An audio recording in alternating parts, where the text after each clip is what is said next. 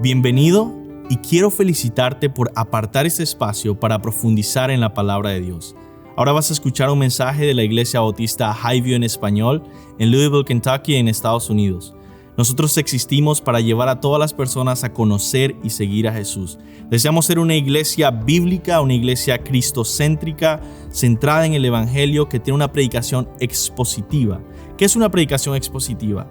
Es aquella predicación que se enfoca en el texto bíblico, busca interpretarlo bien y aplicarlo legítimamente a la vida de las personas. Ahora, yo quiero invitarte a que no solo escuches la predicación expositiva, sino que tú seas un oyente expositivo, que seas un oyente que abre su Biblia, que busca en el texto, que trata de entender la Escritura y aplicarla a tu vida. Oramos que Dios bendiga su palabra y que tú puedas conocer más a Cristo.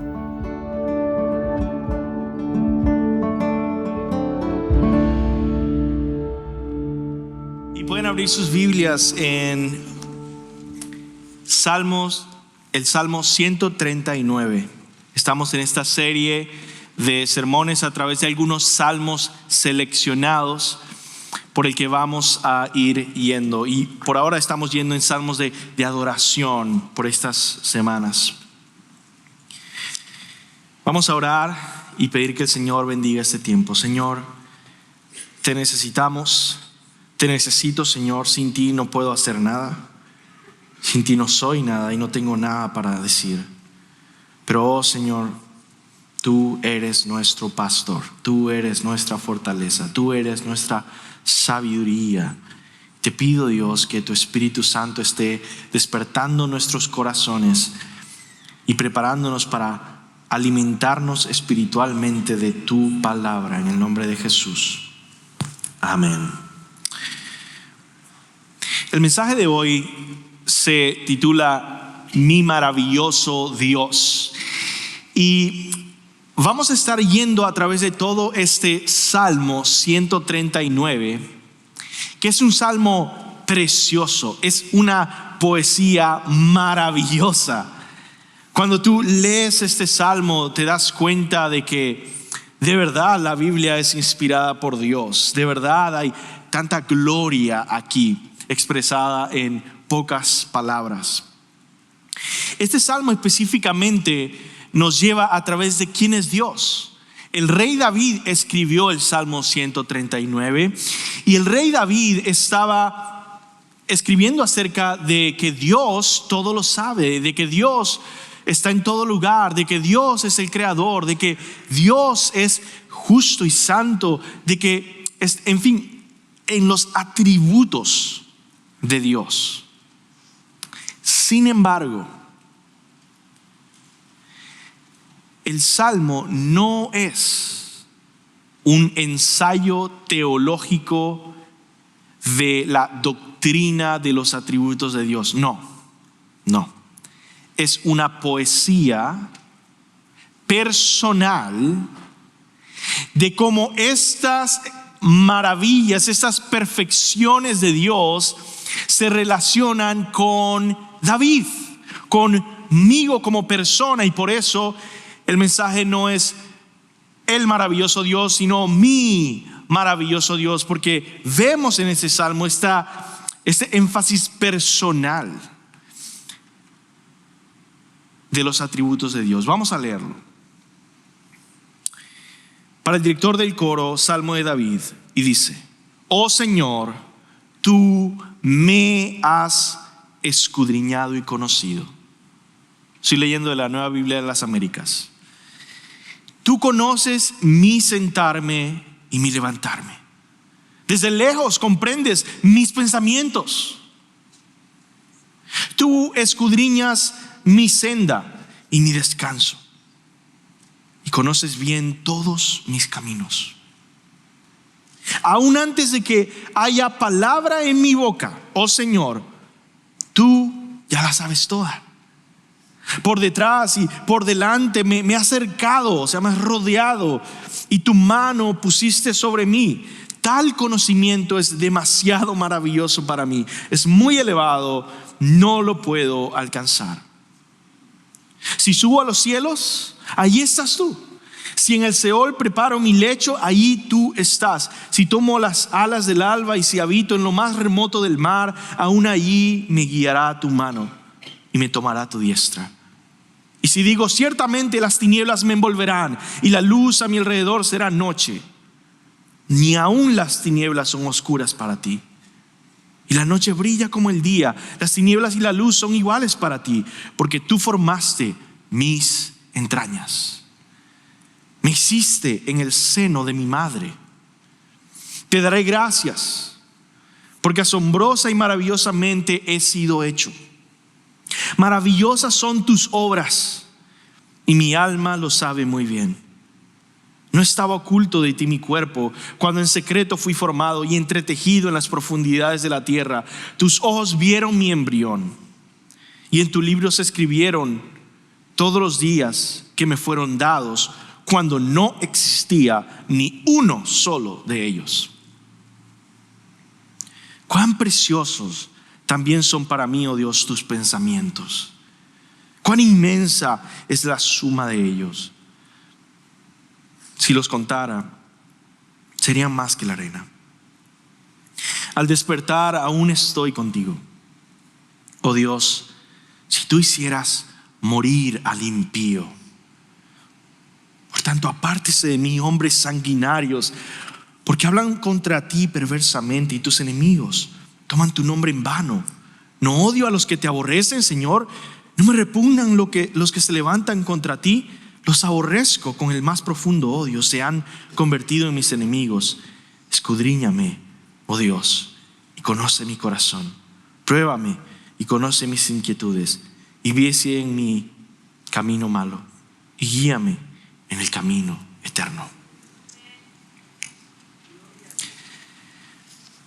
Al parecer, este salmo fue escrito por el rey David en un momento en el que sus enemigos estaban detrás de él, murmuraban contra él, le esparcían falsedades acerca de él y se oponían a él. Y en medio de eso, David busca refugio en Dios.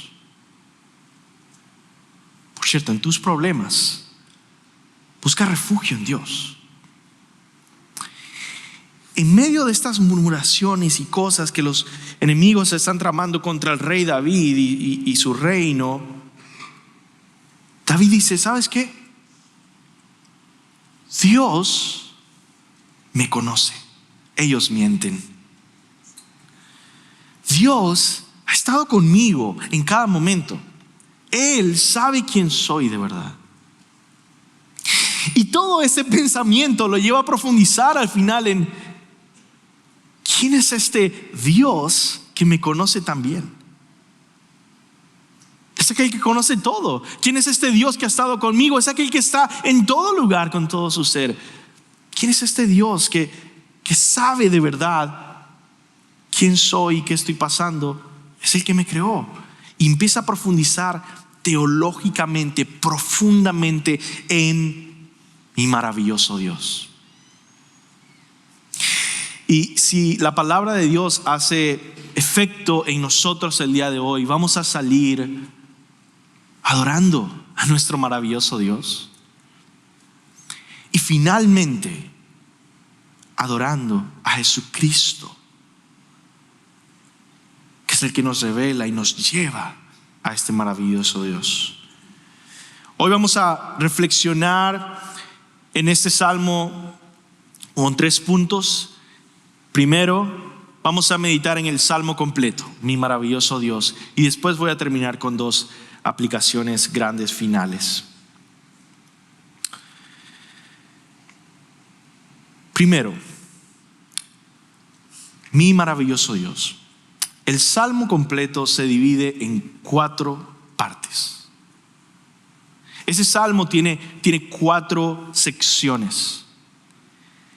Lo primero que él medita es en la omnisciencia de Dios, que es que Dios lo conoce todo, pero para él. Mi Dios, dice el rey David, mi Dios conoce todo de mí. Dice así el versículo 1 y 2: Señor, tú me has escudriñado y conocido. Tú conoces mi sentarme y mi levantarme. Esa primera frase en hebreo realmente dice: Yahvé, me has examinado y tú sabes. Él me conoce, Él sabe. Él sabe a la perfección. Y Él me conoce continuamente primero. Él me conoce continuamente. ¿Qué quiere decir esto? El rey David dice: tú conoces mi sentarme y mi levantarme. Versículo 2. Mira en tu Biblia. Él conoce los aspectos más cotidianos de tu vida. Si tú eres como yo, sentarme y levantarme es lo que más hago en el día. Y el Señor conoce cada vez que tú te sientas y te levantas. Cada momento que te levantaste, Dios estuvo ahí. Cada momento que te sentaste, Dios estuvo conociéndote, observándote. En tu trabajo, en tu almuerzo, en tu hora de descanso, mientras estudiabas, en tu llegada a la casa, mientras eras impaciente con alguien, mientras tomaste una mala decisión, mientras trataste mal a alguien, mientras te arrepentiste y dijiste: Señor, perdóname. Cada momento Él lo conoce. Dios te conoce continuamente. Eso es lo primero. Pero segundo, Dios te conoce íntimamente. Dios te conoce íntimamente. El rey David dice: Dios conoce todo de mí. No solo como alguien que todo el tiempo está conociéndome continuamente, pero íntimamente. ¿Qué quiero decir con esto? Él conoce no solo lo que se ve de mí, Él conoce lo que no se ve de mí. Dice el Salmo, versículo 2, la segunda frase: desde lejos comprendes mis pensamientos. Tú escudriñas mi senda y mi descanso. Tú conoces bien todos mis caminos. Aún antes de que haya palabra en mi boca, oh Señor, tú ya la sabes toda. Este versículo me impactó de una manera especial esta semana a mí, y estuve meditándolo, viéndolo en diferentes versiones, memorizándolo. Antes de que venga la palabra a mi boca, ya tú conoces, Señor, todos mis pensamientos. Tú sabes qué voy a decir antes de que yo sepa qué voy a decir. Mi trabajo me lleva a escribir mucho, todos los días. Y a veces es difícil. Y mientras tanto, esta semana yo oraba este versículo y decía: Señor, ya tú sabes que voy a escribir, ayúdame. Y es un gozo el saber. Él sabe lo que va a pasar con nosotros. Él sabe el próximo pensamiento que vamos a tener. Y puedo confiar en que Él va a sostenerme. De hecho, recuerden que Jesús le dijo a los apóstoles que no tuvieran miedo cuando estuvieran frente a emperadores y autoridades y reyes. ¿Por qué? El Espíritu Santo iba a estar con ellos y les iba a dar de qué hablar para testificar de su nombre. Él sabe incluso qué vas a decir. Cuando no sabes qué compartir, cómo compartir el evangelio en tu trabajo, o cómo hablar con tu hijo, cómo llevar a Cristo, puedes recordar, Dios sabe qué voy a decir antes de que lo diga. Señor, ayúdame a que sea una palabra buena. Otra vez, estamos en que Dios me conoce íntimamente. Sigue el versículo 5: por detrás y por delante me has cercado y tu mano pusiste sobre mí. Es decir, es como si estuviera por toda dirección conociéndome. Y dice: tal conocimiento es demasiado maravilloso para mí, es muy elevado, no lo puedo alcanzar. En fin, para terminar este primer gran atributo de Dios, que es que Dios es omnisciente. Dios te conoce a ti mucho más de lo que tú te conoces a ti. Dios no solo observa desde afuera, como un ser humano podría hacer. Dios te conoce también desde adentro, desde lo más profundo de tus pensamientos, deseos, intenciones, anhelos, metas, sueños y emociones. No hay nada de ti que Dios no conozca a la perfección. La doctrina de la omnisciencia de Dios quiere decir que Dios conoce todas las cosas a la perfección. Ahora vamos a la segunda parte del Salmo, el segundo atributo de Dios, la perfección de Dios, la maravilla de Dios que David reflexiona, y es la omnipresencia. Mi Dios siempre está conmigo. Mi Dios siempre está conmigo. No solo conoce todo de mí, pero siempre está conmigo. Ahora, leamos, dice versículo 7, ¿a dónde me iré de tu espíritu? ¿O a dónde huiré de tu presencia? Si subo a los cielos, ahí estás tú. Si en el Seol preparo mi lecho, ahí estás tú. El Seol es el lugar donde van los muertos.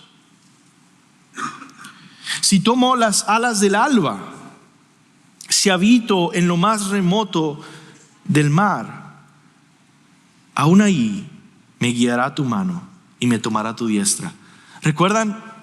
Jonás pudo probar esto mismo, esta necedad, esta tontería de pensar por un momento, ¿será que podría huir de Dios? Saben, lamentablemente los más jóvenes muchas veces tienen esta reacción. Ellos piensan que de alguna manera pueden alejarse de Dios. Y por lo tanto, a veces hacen toda clase de locuras. Y empiezan a tomar más y más y más decisiones que de alguna manera los lleven lejos de Dios en su rebeldía. Pero a mí me impactó de joven, 15 años, 16 años, haber escuchado esta frase que me hizo meditar mucho, de mi teólogo favorito del cristianismo, que es Agustín de Hipona. Él dijo: nunca puedes huir de Dios, simplemente puedes correr de la bondad de Dios hacia la ira de Dios. Y eso es cierto. De Dios no vas a huir, pero vas a correr solamente hacia su ira, hacia su juicio. O si eres cristiano, hacia su disciplina. Corre a su favor, a su bondad, a su gracia, a su agrado. Versículo 10, aún allí me guiará tu mano, me tomará tu diestra. Y si digo, ciertamente las tinieblas me envolverán y la luz será a mi alrededor noche, ni aun las tinieblas son oscuras para ti, y la noche brilla como el día, y las tinieblas y la luz son iguales para ti. Recuerdo haber visto este documental de una tribu indígena que por supuesto no había sido alcanzada y no conocía nada de la Biblia ni de Dios, y ellos tenían sus creencias sobre los espíritus, y casi todas las tribus tienen este dualismo, es decir, así como existen dioses buenos y existen demonios o dioses malos, y son fuerzas iguales, y ahí están luchando uno contra otro. Y esta tribu estaba aterrorizada por temor a los espíritus malignos. Y en la noche ellos evitaban moverse en algún momento, y por supuesto, si tenían que ir a otro lugar, no encendían una luz, no vaya a ser que los vieran los demonios y los encontraran. Llegaron unos misioneros, compartieron el evangelio, pasaron muchas cosas y hubo un pequeño grupo que conoció de Cristo. una de las aldeas, alguien estaba muy enfermo. Y esos cristianos en medio de la noche, esos de la tribu, ¿no?, convertidos, en medio de la noche, con antorchas, fueron hasta la otra aldea a llevar la medicina que necesitaba al que estaba muriendo.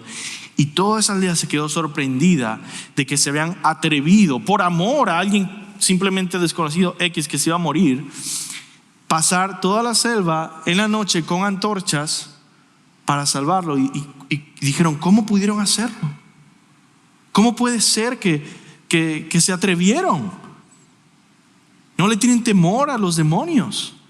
Y dice, no, porque estamos con Cristo y Él es nuestro Dios y ya no somos esclavos del temor. Y muchos en la aldea fueron convertidos con ese testimonio, porque decían, ellos han sido libres del temor. En otras palabras, voy a volver a leer estos versículos y entiendan el contexto de los dioses paganos alrededor, que muchas veces no pueden ver en la oscuridad.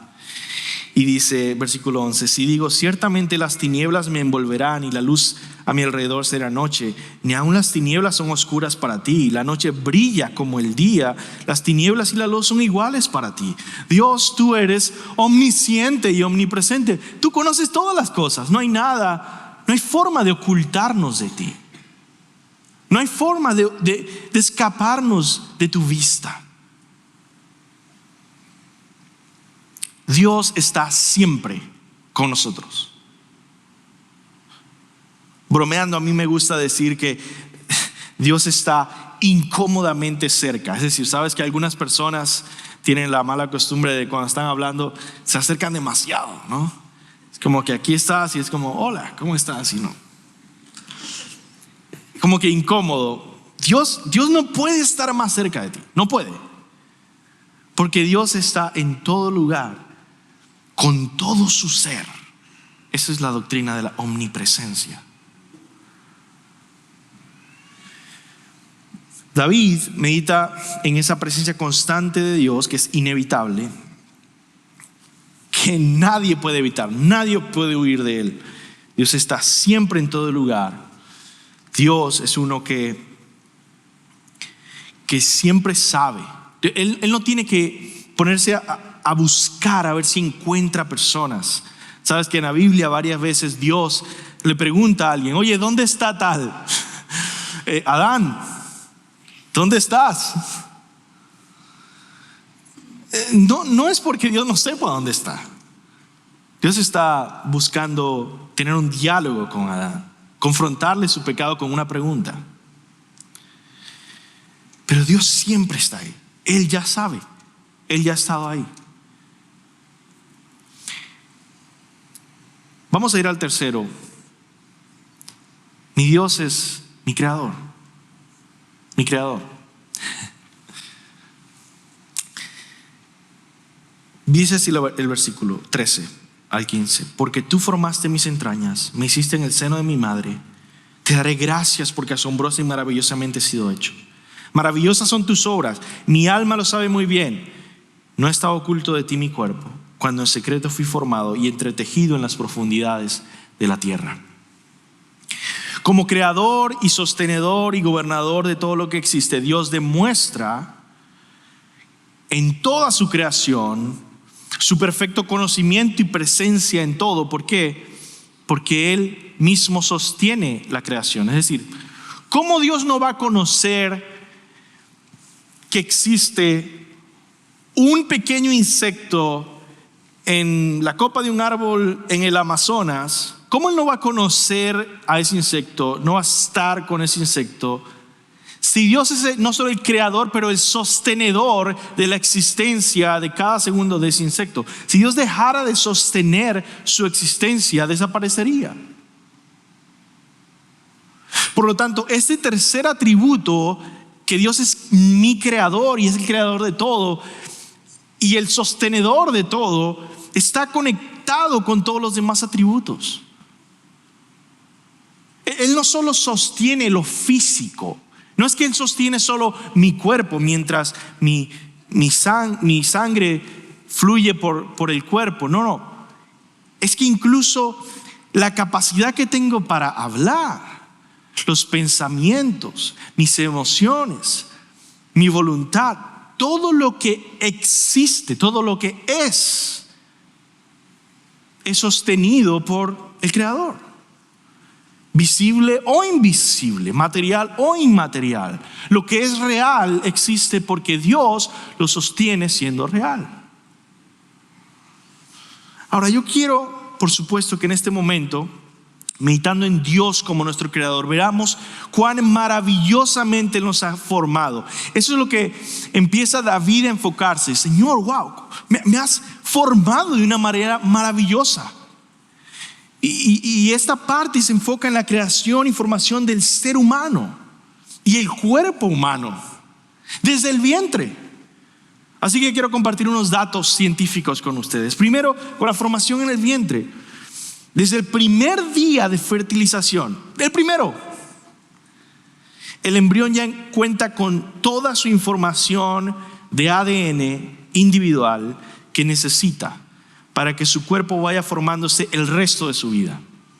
Si ustedes quieren entender esto, es como que si el ADN fuera una memoria donde está toda la información que se necesita para la formación de todo tu cuerpo, el resto de tu vida.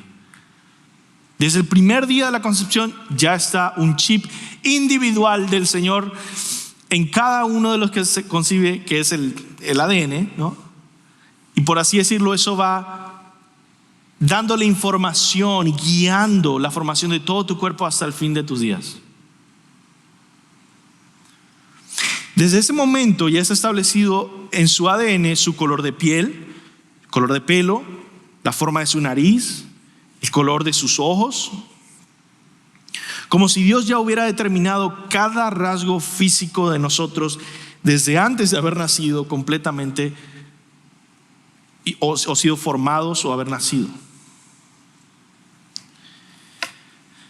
Otra cosa, solo a las 3 semanas de concepción, a veces uno ni siquiera se ha dado cuenta que está embarazado de 3 semanas.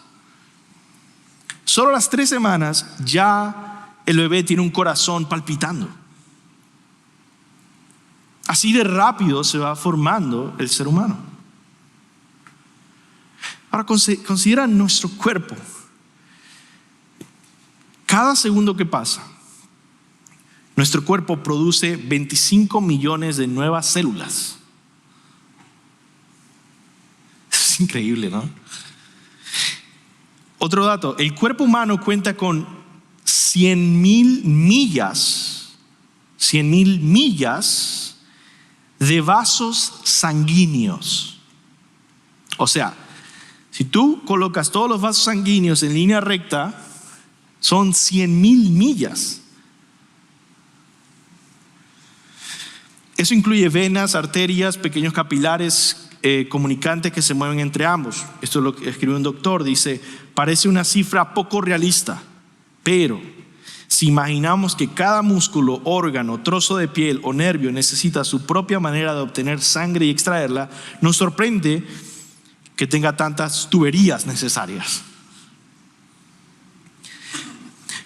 La superficie de nuestra piel es completamente reemplazada cada mes. La parte superficial de nuestra piel. Y los científicos estiman que la nariz puede reconocer 1 billón de olores diferentes. Ahora pensemos en 2 de los órganos más complejos, porque el rey David otra vez está diciendo cuán maravillosas son tus obras, cuán maravillosamente he sido hecho. Versículo 14. Veamos dos órganos complejos, el cerebro y los ojos. El cerebro, ¿sabían que la espina dorsal es el principal comunicador entre todo el cuerpo y nuestro cerebro? Y el cerebro humano genera suficiente energía o poder como para encender un bombillo. Y la información en el cerebro se mueve a una velocidad de 268 millas por hora. Y el último, un trozo de tejido cerebral del tamaño de un grano de arena contiene 100,000 neuronas. Ahora considera los ojos. Después del cerebro, los ojos son el órgano más complejo del cuerpo. Nunca descansa el ojo. No cuando duermes, nunca descansa. Siempre está activo en percibir, procesar, enviar información a nuestro cerebro. Ahora, desde los 3 meses de edad, esto me pareció interesante. Desde los 3 meses de edad, nuestros ojos se mantienen del mismo tamaño por el resto de nuestras vidas. Y finalmente, tus ojos procesan 36,000 elementos de información cada hora. Ahora que hemos visto esos datos, entendemos mejor que debemos unirnos al rey David en maravillarnos del Dios que nos creó. Hermanos, esto es solo una de sus criaturas. Una. Él describe a Dios como un habilidoso artesano. El rey David describe a Dios como alguien que es cuidadoso en su obra, involucra cada detalle, no solo el cuerpo físico, pero también el destino de una persona. Vamos a leer otra vez hasta el versículo 18. Y ahora ya con todo lo que les compartí, podemos apreciar mejor esta parte del Salmo, ¿ok? Versículo 13 al 18 dice: porque tú formaste mis entrañas, me hiciste en el seno de mi madre. Te daré gracias porque asombrosa y maravillosamente he sido hecho. Maravillosas son tus obras y mi alma lo sabe muy bien. No estaba oculto de ti mi cuerpo cuando en secreto fui formado y entretejido en las profundidades de la tierra. Tus ojos vieron mi embrión y en tu libro se escribieron todos los días que me fueron dados, cuando no existía ni uno solo de ellos. Qué increíble esto. Versículo 16, tenemos que detenernos un momento ahí. En tu libro se escribieron todos los días que me fueron dados. Ya Dios conoce toda tu vida. Cuando no existía ni uno solo de ellos. Si tienes duda de que Dios es soberano, si tienes duda de la elección, ve a los salmos y celebra a tu maravilloso Dios que no pide disculpas por ser Dios. Él gobierna sobre toda la realidad y lo hace maravillosamente, sabiamente, bondadosamente, justamente. Cuando pienses que tienes un día desperdiciado o una época desperdiciada, yo sé que muchos de ustedes están pasando por situaciones muy difíciles en el que dice: wow, esta época de mi vida, de repente tengo que estar esperando por unos papeles. Muchos de ustedes. Y parece que se me está yendo la vida, parece que está siendo desperdiciada. Hermano, en el libro de Dios se escribieron todos los días que te fueron dados cuando no existía ni uno solo de ellos. Dios tiene un propósito para cada uno de tus días y temporadas, para cada una de tus experiencias. Así como Él formó con diseño y propósito tus ojos, así formó tus días. Amén. Termina diciendo, versículo 17 a 18: cuán preciosos también son para mí, oh Dios, tus pensamientos. Cuán inmensa es la suma de ellos, si los contara sería más que la arena. Al despertar aún estoy contigo. Ahora, al final del Salmo, el cuarto atributo o maravilla o perfección en la que se enfoca David, no es tanto un atributo, es más como la expresión de David de que el Señor es su tesoro preciado y sagrado. que Él sabe que sus enemigos están blasfemando su nombre. Los incrédulos están blasfemando el nombre de Dios. Y se burlan de Yahvé. Y David se enoja. Y en su enojo celebra y anhela la justicia de Dios, la santidad de Dios. Oh Dios, si tú hicieras morir al impío. Hermanos, si usted, y yo entiendo que hay una madurez cristiana en que uno va conociendo algunas verdades bíblicas y después tiene que conocer más verdades bíblicas para que tu forma de ver el mundo y la vida vaya siendo cada vez más bíblica. ¿Okay? Entiendo eso, pero si tú de verdad lees esto y tienes un problema con la Biblia, dices, ¿cómo puede ser que diga que el impío se muera?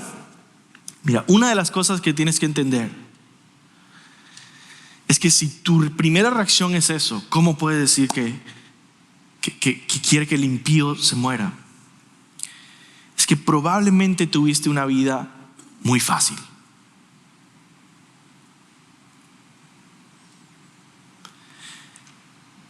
Vivimos en una época de oro en la historia de la humanidad en cuanto a seguridad, en cuanto a guerras, en cuanto a muchas cosas.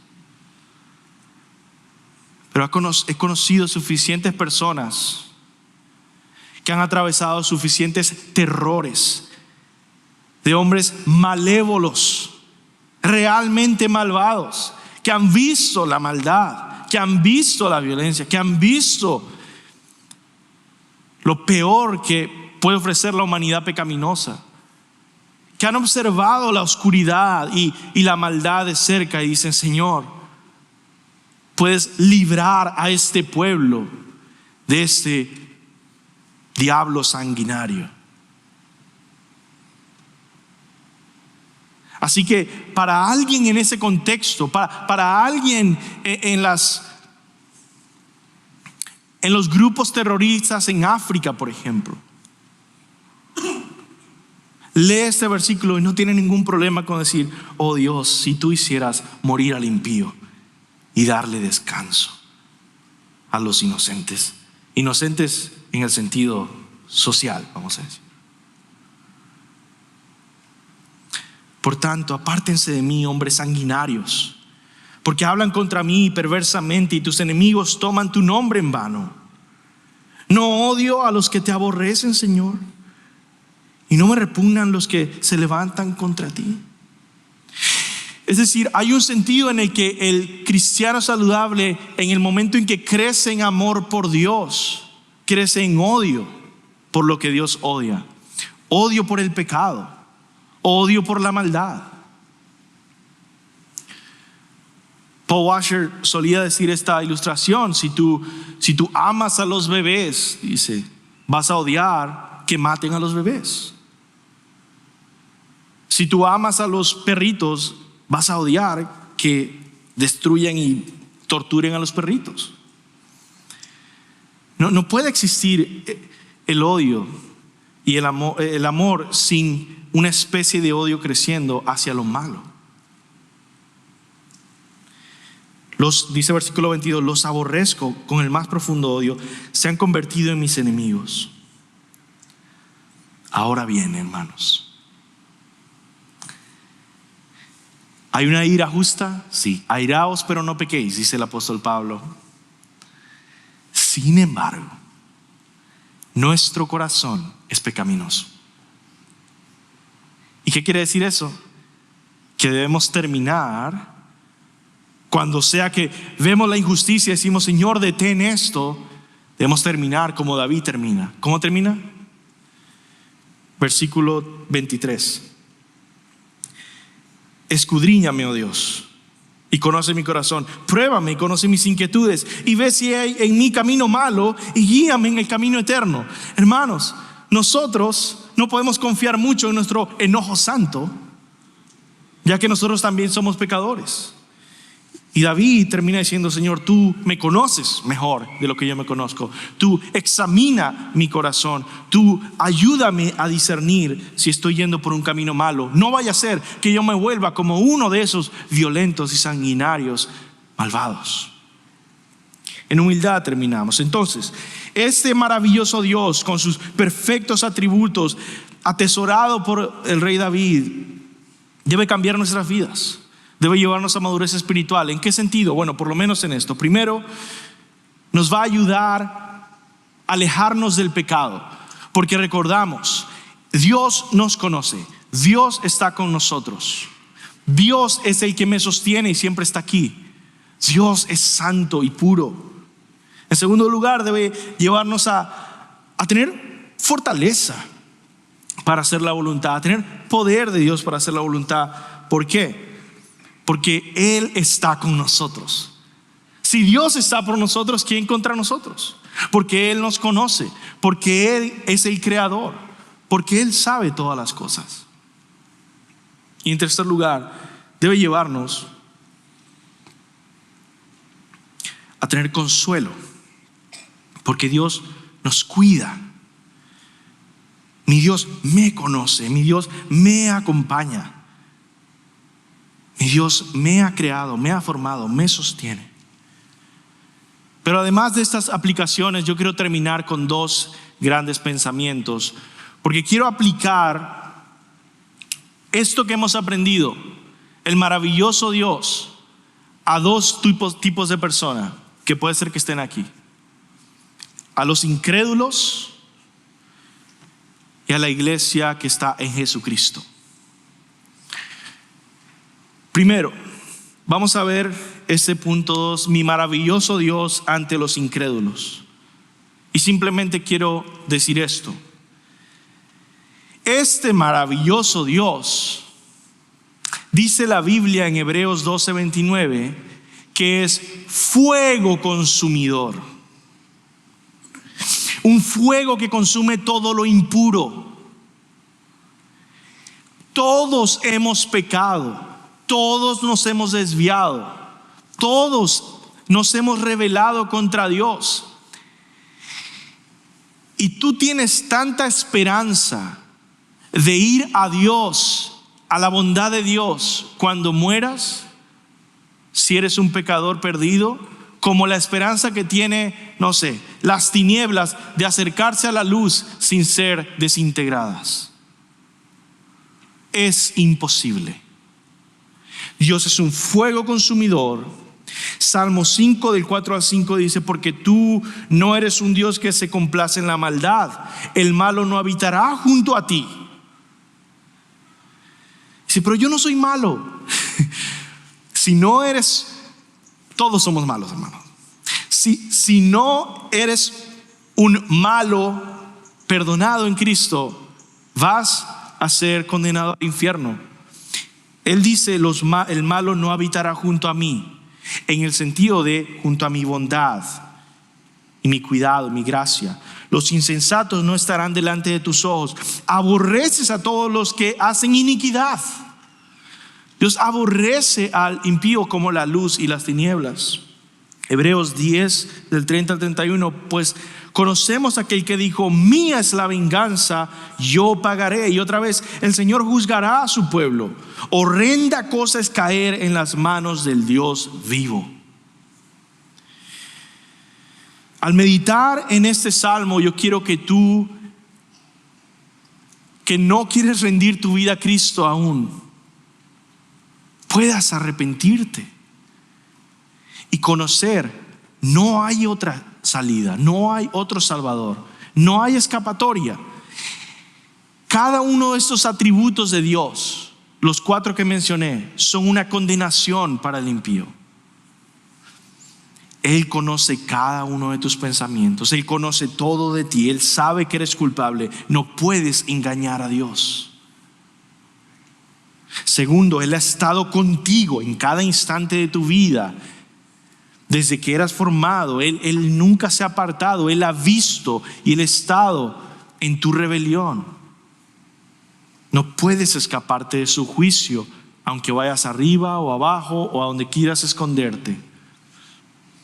Tercero, Él te ha formado y creado y sostenido cada día de tu vida. No puedes soltarte de Él, independizarte de Dios, porque Él sostiene tu vida, tu aliento. Y cuarto, Él es justo, Él es santo. No puedes comprar o sobornar a este juez. Y por lo tanto, hermanos, juntos entendamos este versículo de Isaías. Busquen al Señor mientras pueda ser hallado. Llámenlo en tanto que está cerca. Abandone el impío su camino y el hombre malvado sus pensamientos. Y vuélvase al Señor. Esa es la palabra de Dios que dice: vuélvase al Señor, que tendrá de él compasión, al Dios nuestro, que será amplio en perdonar, porque mis pensamientos no son los pensamientos de ustedes, ni sus caminos mis caminos, declara el Señor. Arrepiéntete hoy, que hay tiempo. Ven y abraza a Jesucristo, que murió en la cruz para salvar a los pecadores. Si tú crees en Él, si tú te arrepientes, Él puede salvarte y Él puede cambiar tu vida. Y Él puede redimirte y hacerte un discípulo del Señor y un hijo de Dios por el poder de su resurrección. Pero por último, a la iglesia en Cristo. Tercer punto, mi maravilloso Dios en Cristo. Como hemos dicho, el pecador está frente al Dios vivo y debe temblar porque será destruido. Todos los atributos de Dios son terribles para el pecador, pero Dios es bueno, el pecador malo, y por eso Dios envió a Jesucristo, su Hijo, al mundo a salvar a los pecadores. ¿Entendemos esto? Que fue solamente porque Dios tuvo la iniciativa de rescatarnos del pecado, que ahora nosotros los pecadores podemos venir a Dios. Él murió por nosotros, Él sufrió, Él fue humillado, Él sangró, Él fue abofeteado, escupido en el rostro.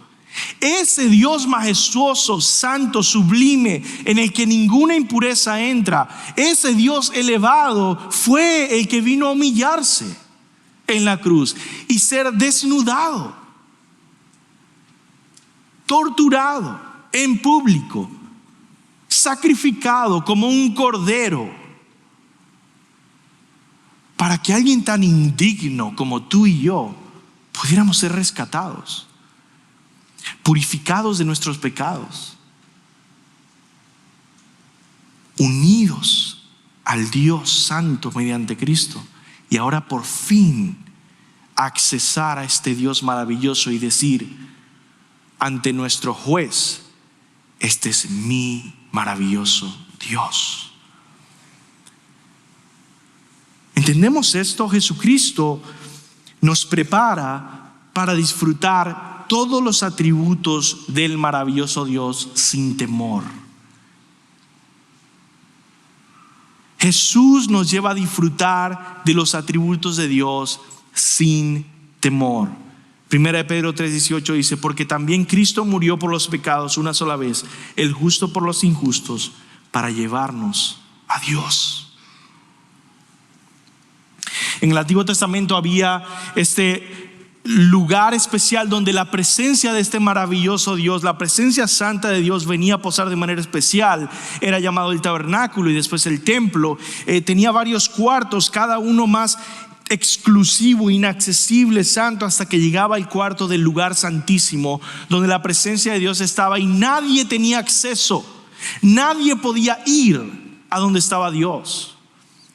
Solamente una vez al año el representante del pueblo de Dios, el sumo sacerdote, venía con sangre que venía a ofrecer ante Dios para que le perdonara los pecados, reconociendo que era indigno por el permiso de Dios. Todo eso pasó en el Antiguo Testamento por cientos de años, y todo eso apuntaba hacia el futuro, cuando Jesús vendría. Dios encarnado, a ser no solo el templo que encarna la presencia de Dios y el sacerdote que venía en representación del pueblo, pero el sacrificio a ser entregado. ¿Y qué sucede, hermanos? ¿Qué sucede cuando Jesús logra su misión y llega a hacer ese sacrificio que ofrece su sangre ante el Señor en la cruz? ¿Qué sucede?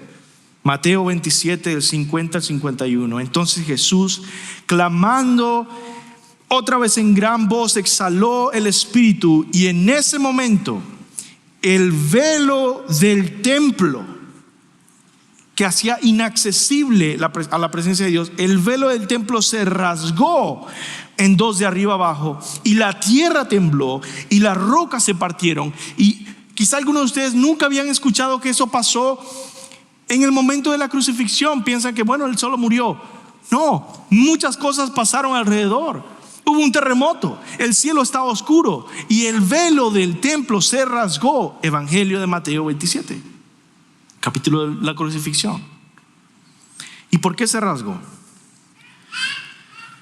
Como dice Hebreos 10, 19 al 22.